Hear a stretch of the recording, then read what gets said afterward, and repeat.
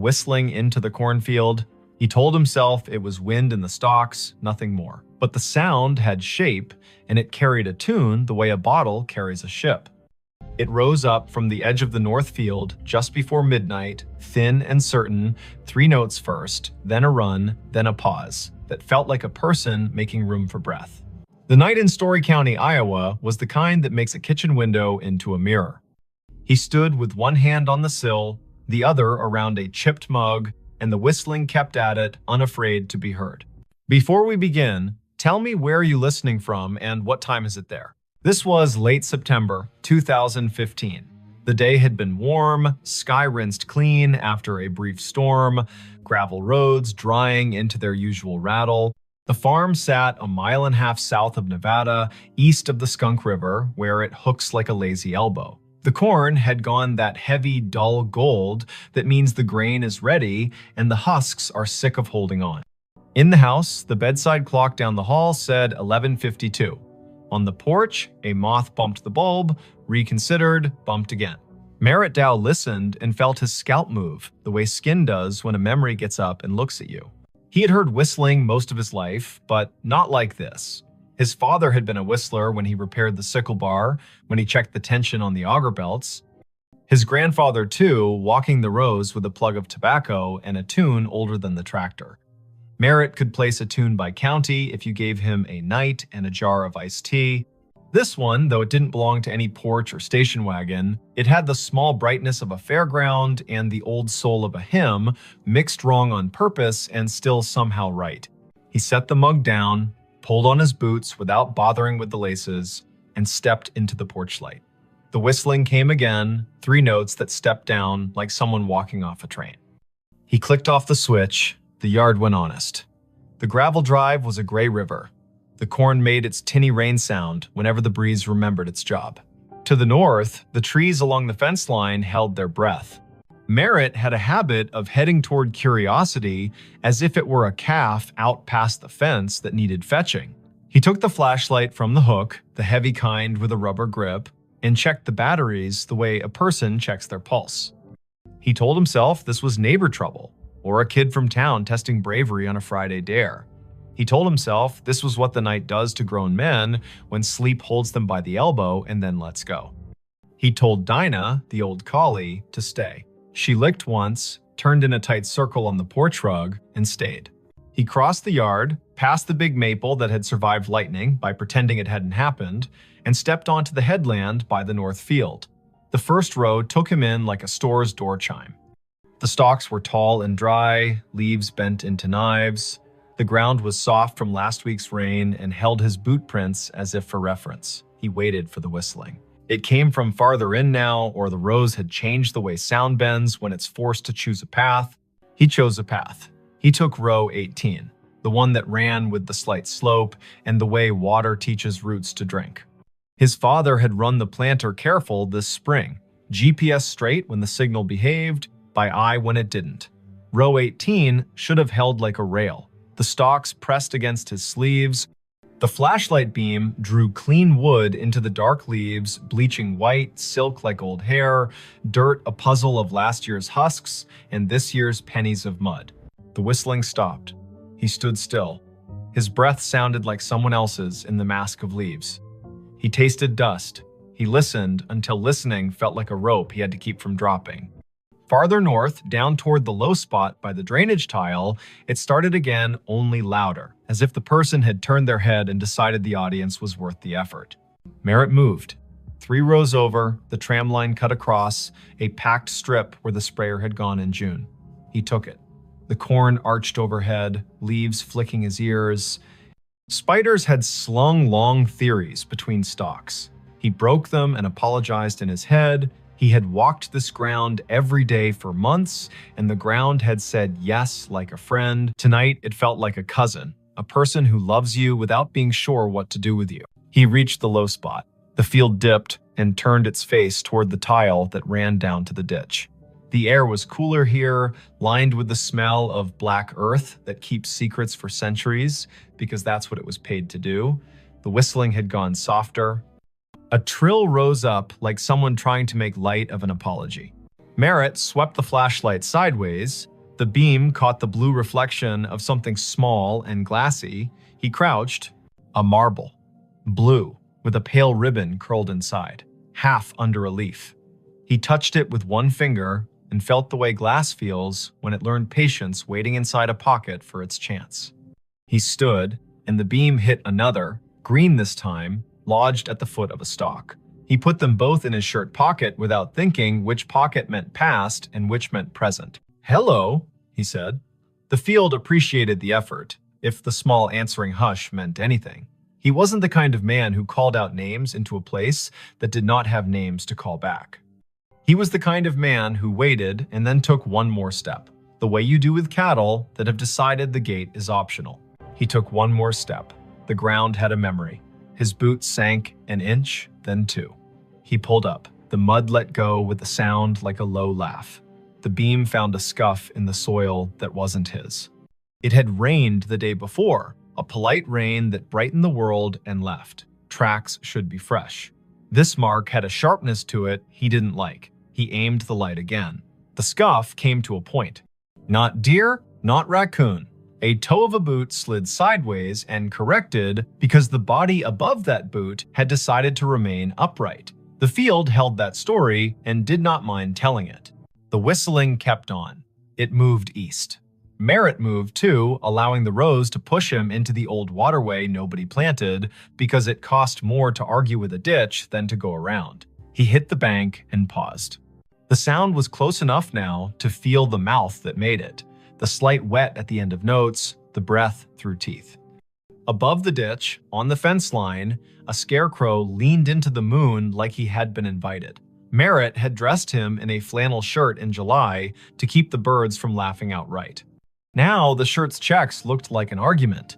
The hat had blown off sometime in August. The steak had a twist in it the way wood does when it was alive and insists on a personality after. The scarecrow whistled.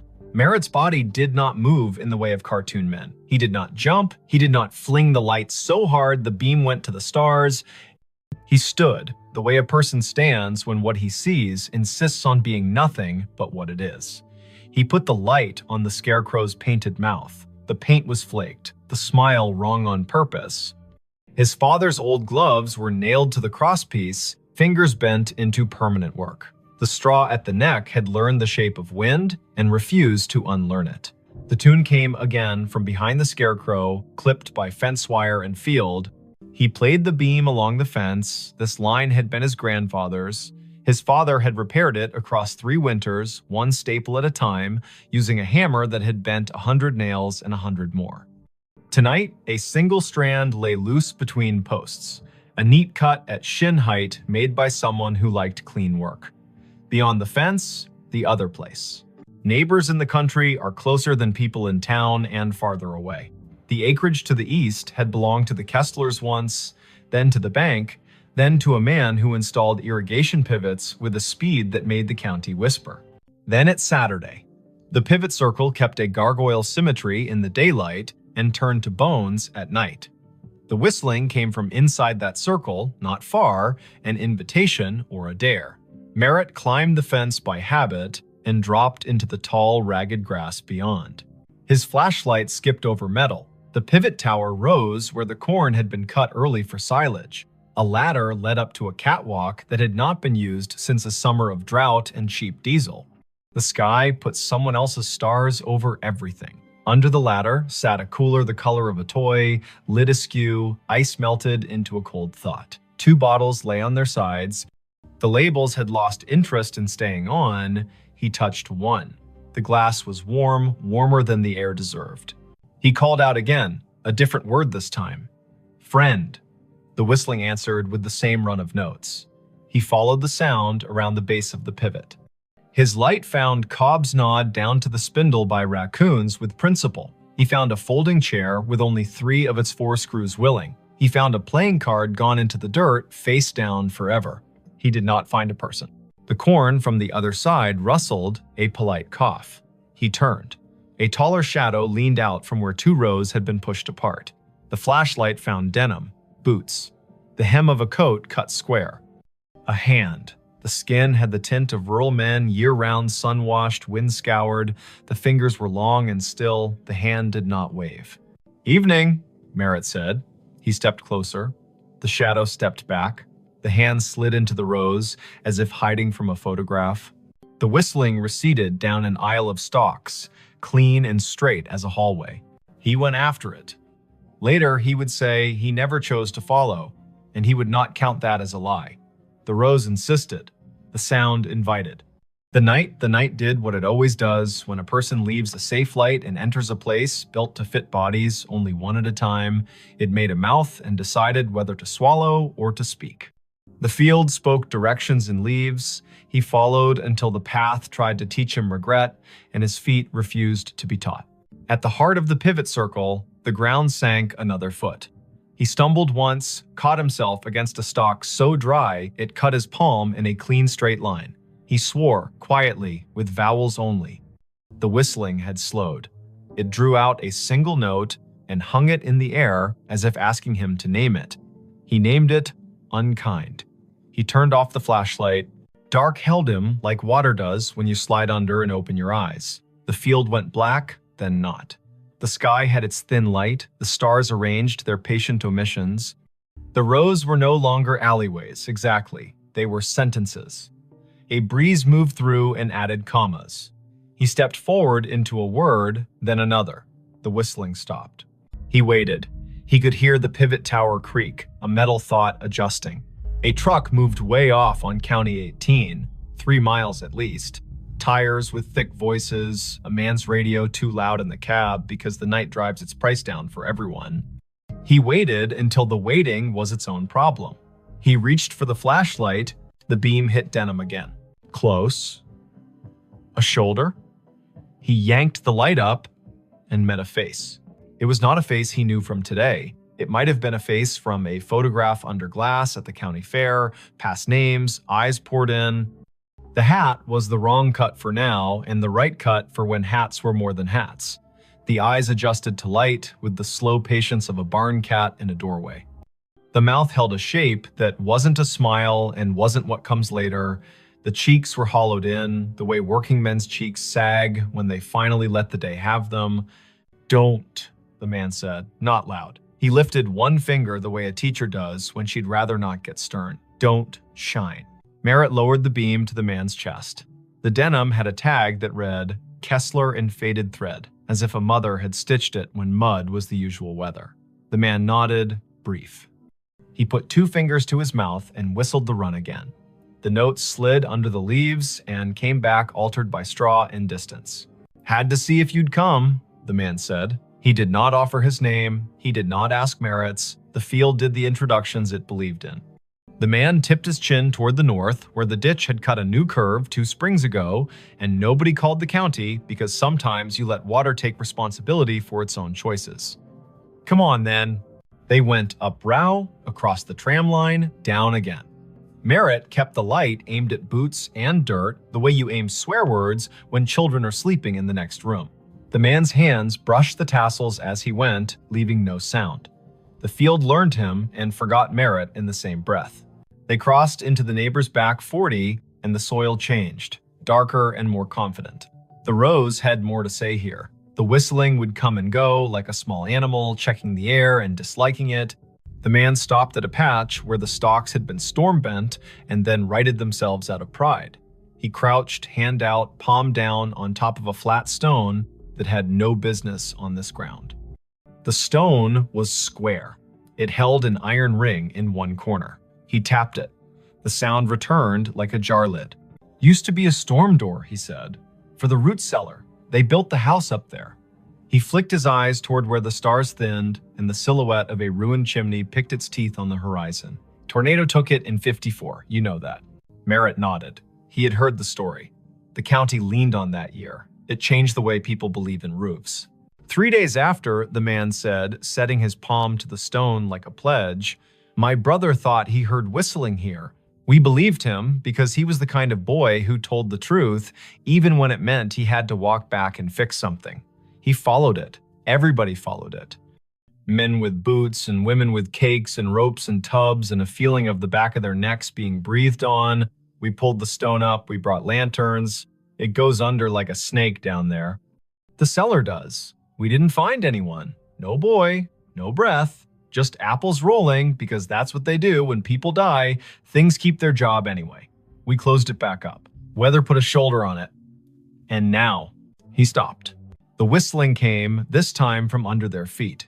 It rose up through the stone like a trick, thin and mean and a little proud, a tune that went square, then wandered off the edge. The iron ring shook against its socket with a burr. Merritt felt the hair along his forearms ask for a vote.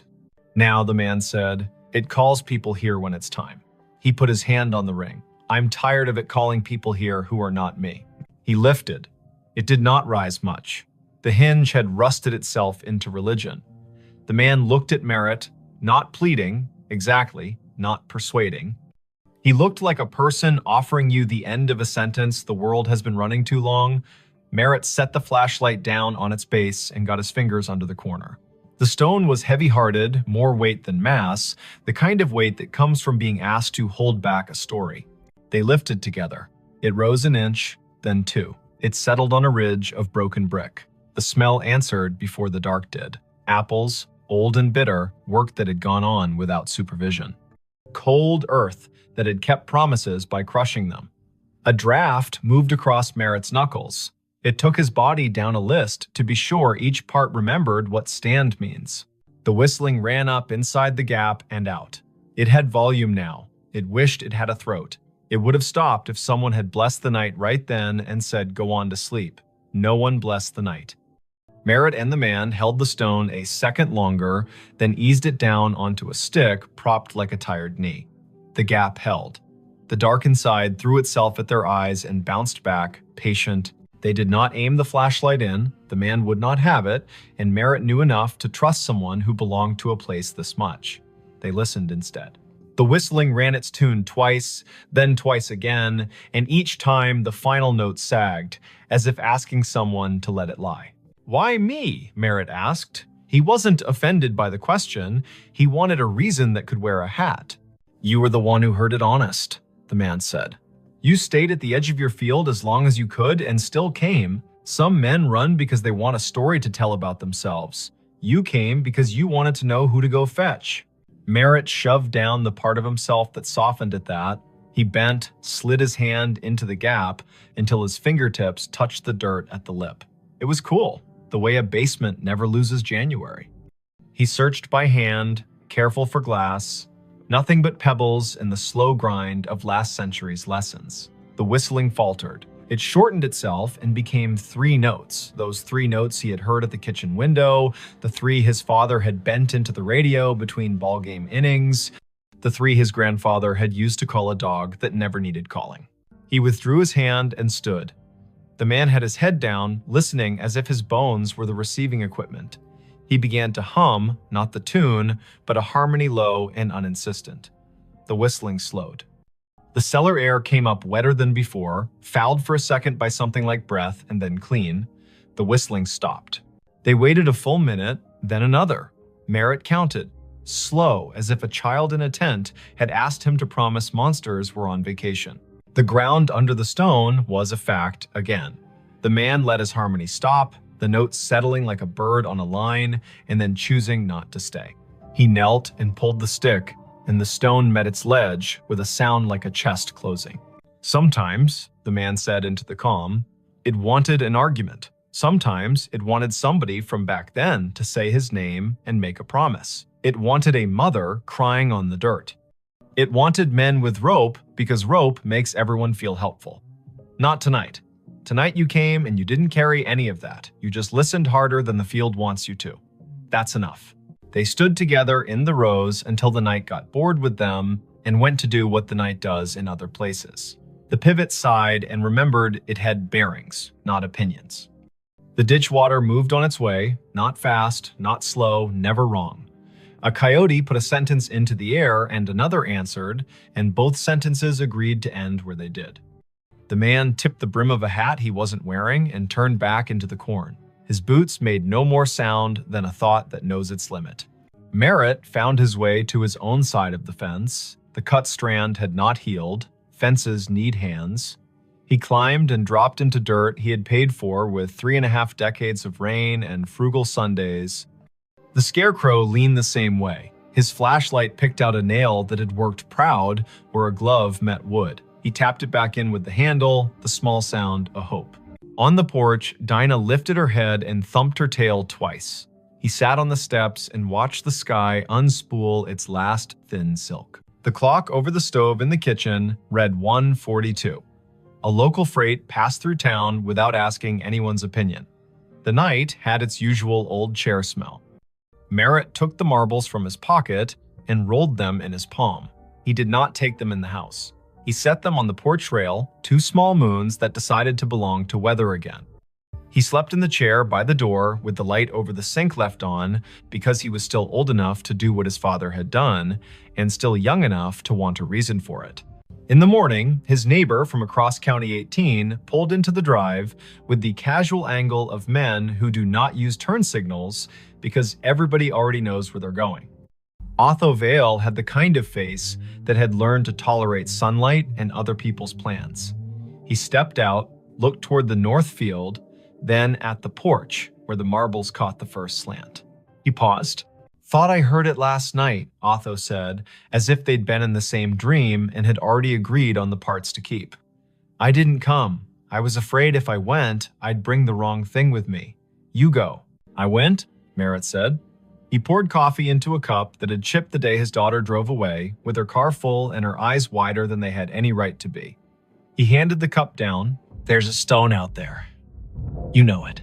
Otho nodded. "Been there longer than you and me combined. Some things are a door, and some things are the breath you take before you knock." They sat without sitting, Otho leaning on the post, Merritt half on, half off the iron chair that had belonged to his wife's aunt, and squeaked like the first word of gossip. The morning took the night apart and put it away neatly.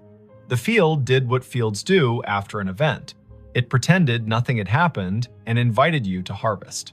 By 10, the co-op truck rumbled up, the driver wearing the resigned cheer of a man who deals in averages for a living. Merritt walked the headland with him, pointed at moisture readings that lied slightly, agreed to pretend the numbers were written on a blackboard by someone with authority. He did the work. He did it until the work forgave him for wondering what else he might be supposed to do. That evening, he repaired the fence where the strand had been cut. He pulled it tight and stapled it with his grandfather's hammer because you use the tools that know your hands. He hammered in 3 staples and left one in his pocket so the fence would remember there is always one more job and it can't get cocky. He checked the pivot base out of courtesy to the machine. He replaced nothing. He spoke to no one.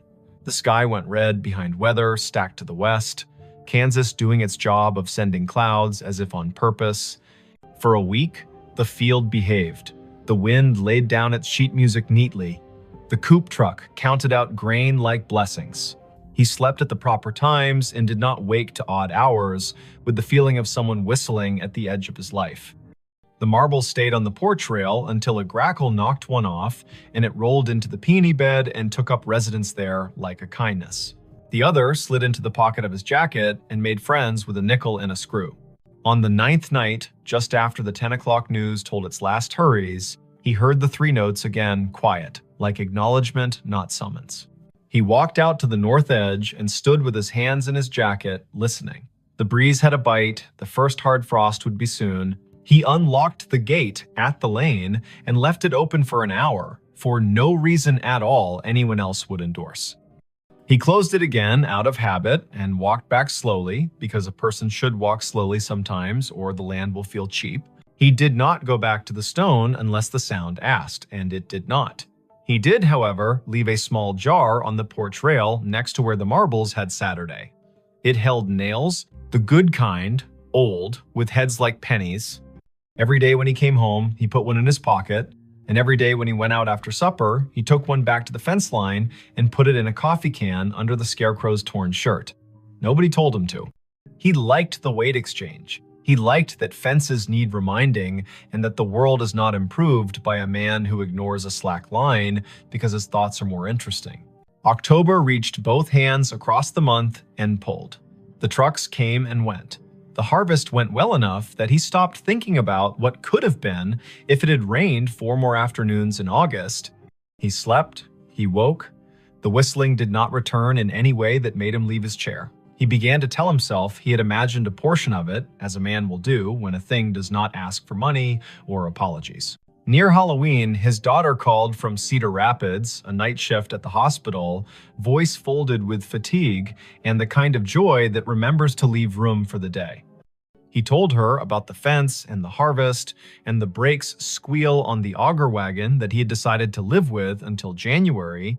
He did not tell her about the cellar. He would, maybe, when she brought the little boy down for Thanksgiving and they stood by the ditch and talked about frogs like a miracle. He would, maybe, if the field asked them both.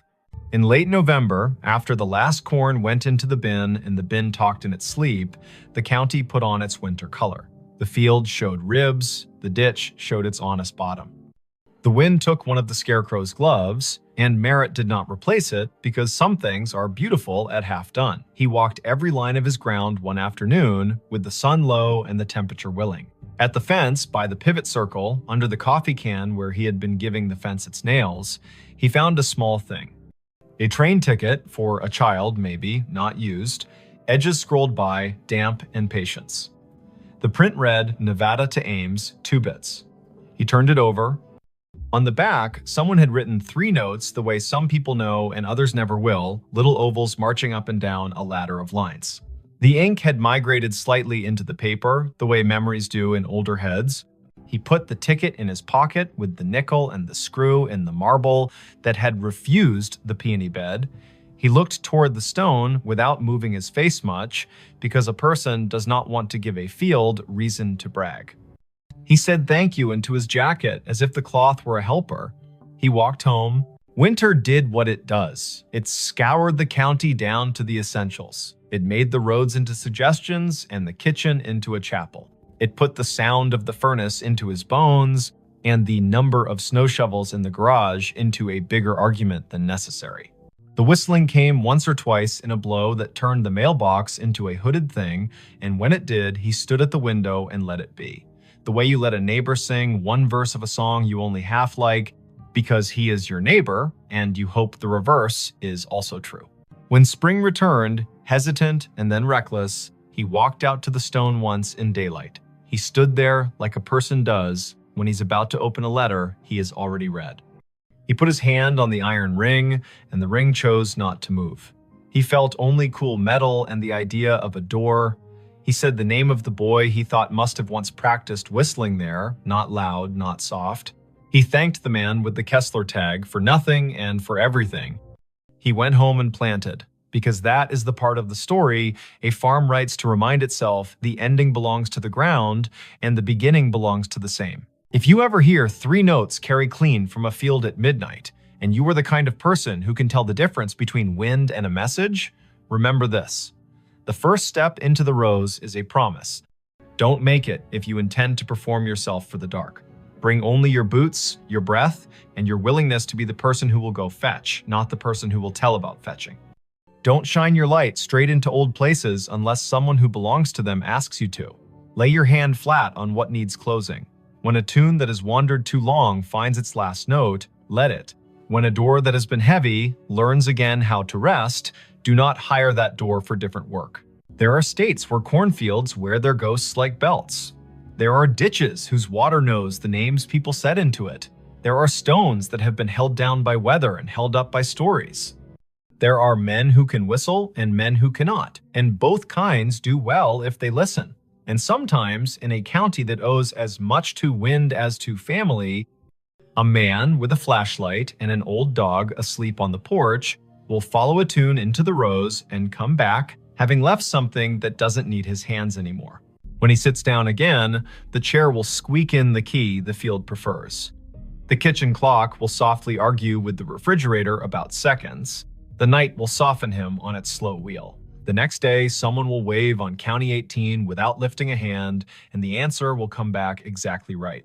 And somewhere beyond the line where 2 quarters meet under a fence, a stone will find it easier to be a stone because 2 men lifted it once, together, and then set it down the way the land asked. The hotel room that prints receipts at 17 amperes. M. The first night, the receipt printer woke her. It coughed once in the dark, warmed its little brass roller, and began to spit out a strip of thermal paper that glowed faintly like a cigarette behind cupped hands. The room clock said 2:17 in pale blue digits. Vesper Klein lay very still in bed 5B at the Scissortail Hotel, a brick-walled midtown remnant on North Boston Avenue in Tulsa, Oklahoma, and listened to the tiny buzz and chirp as the machine printed, paused, and printed again, as if it were resuming a conversation it had been having without her for years. Before we begin, tell me where are you listening from and what time is it there? She had checked in late after a client dinner that went long on promises and light on dessert.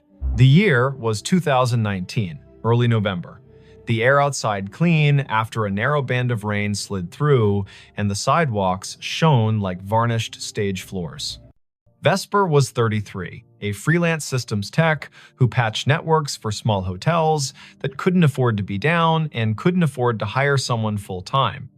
She traveled with a canvas tool roll, a spare router, a zippered pouch of adapters that looked like a magician's deck, and a mug with a hairline crack she liked to think of as its signature. The Scissortail was her kind of place.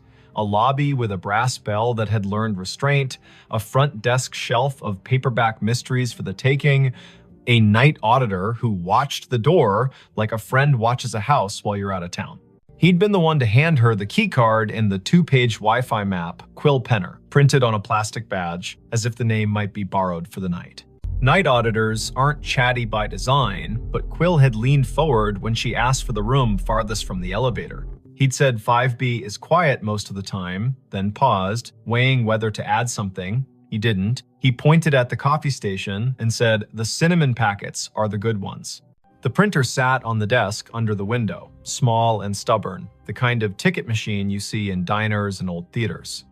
No USB cable trailed from it, which made Vesper grin in the dark because devices without visible leashes are both a challenge and a dare.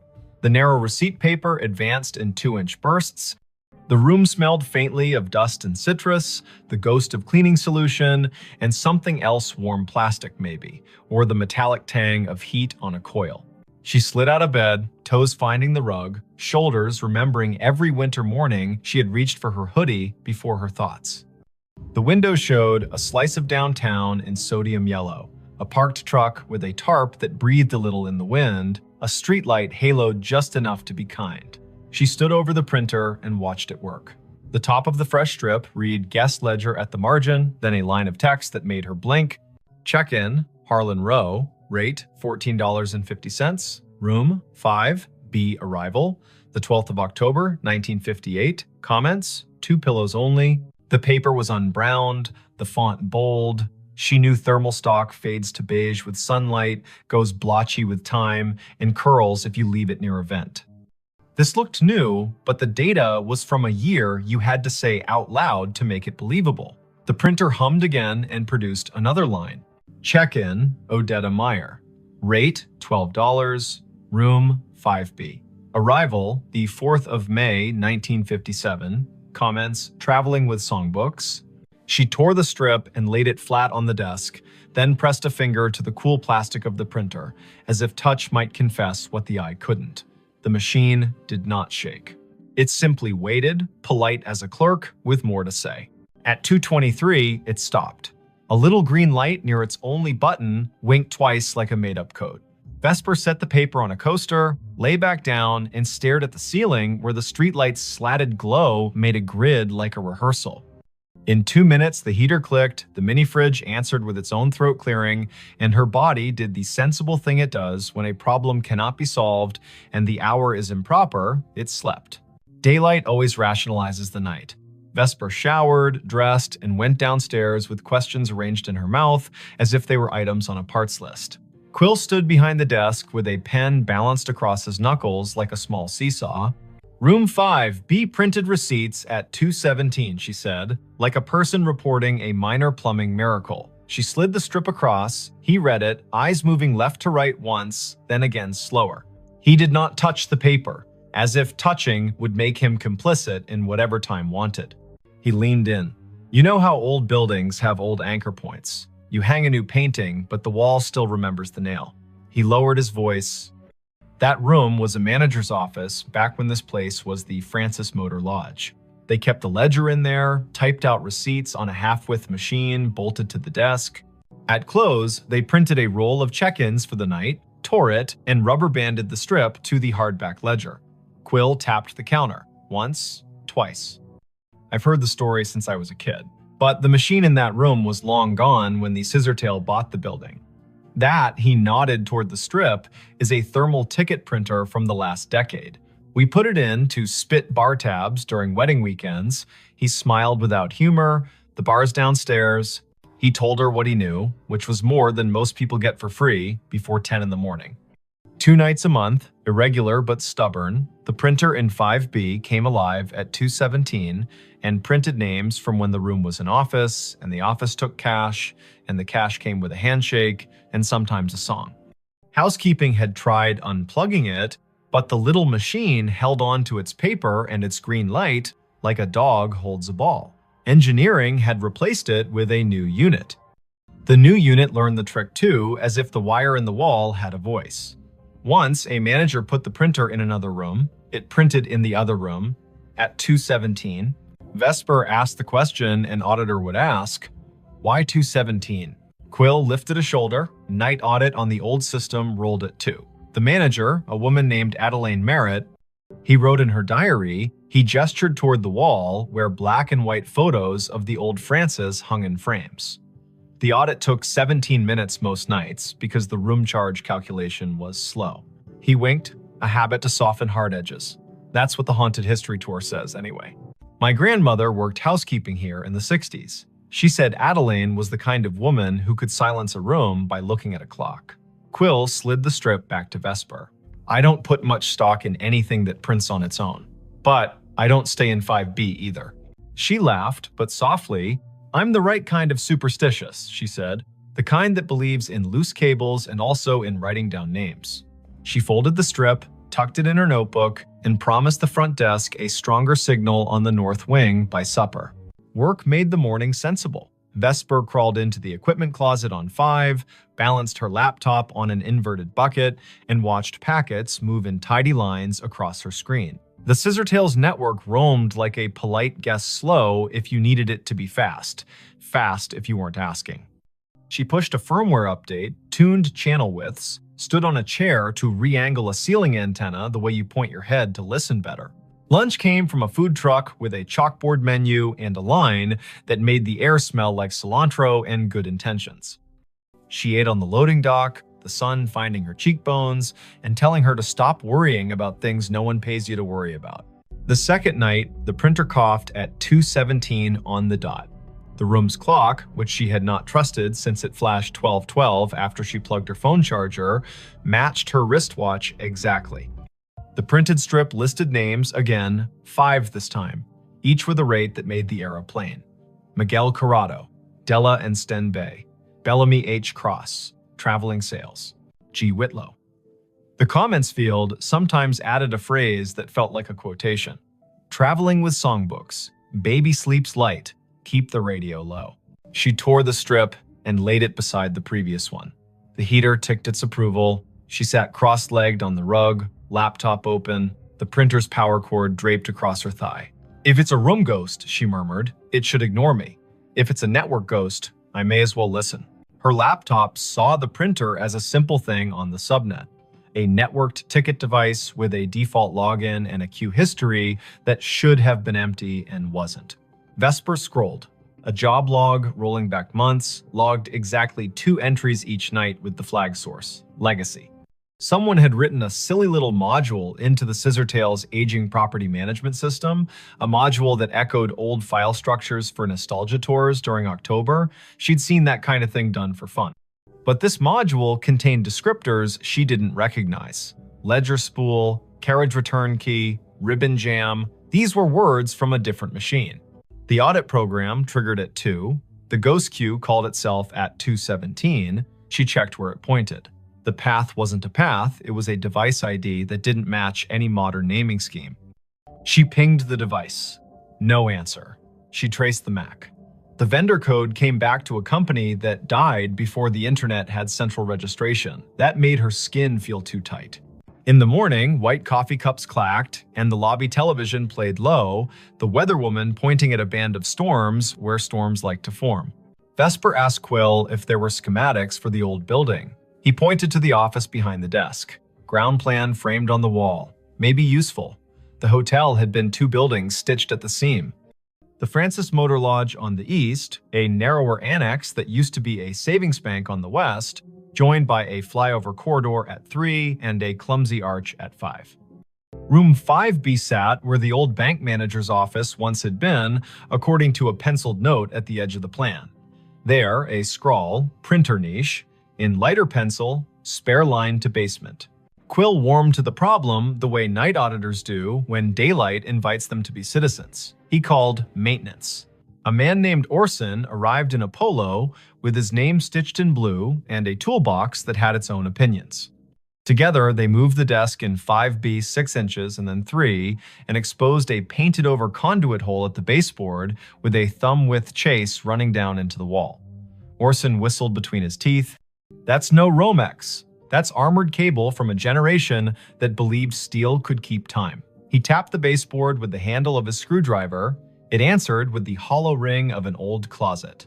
In the basement, they found the closet where the spare line went to not exactly die. The air was colder down there, humid the way the past is humid. A metal cabinet stood against the wall, padlocked, a gray panel humming like a neighbor practicing scales.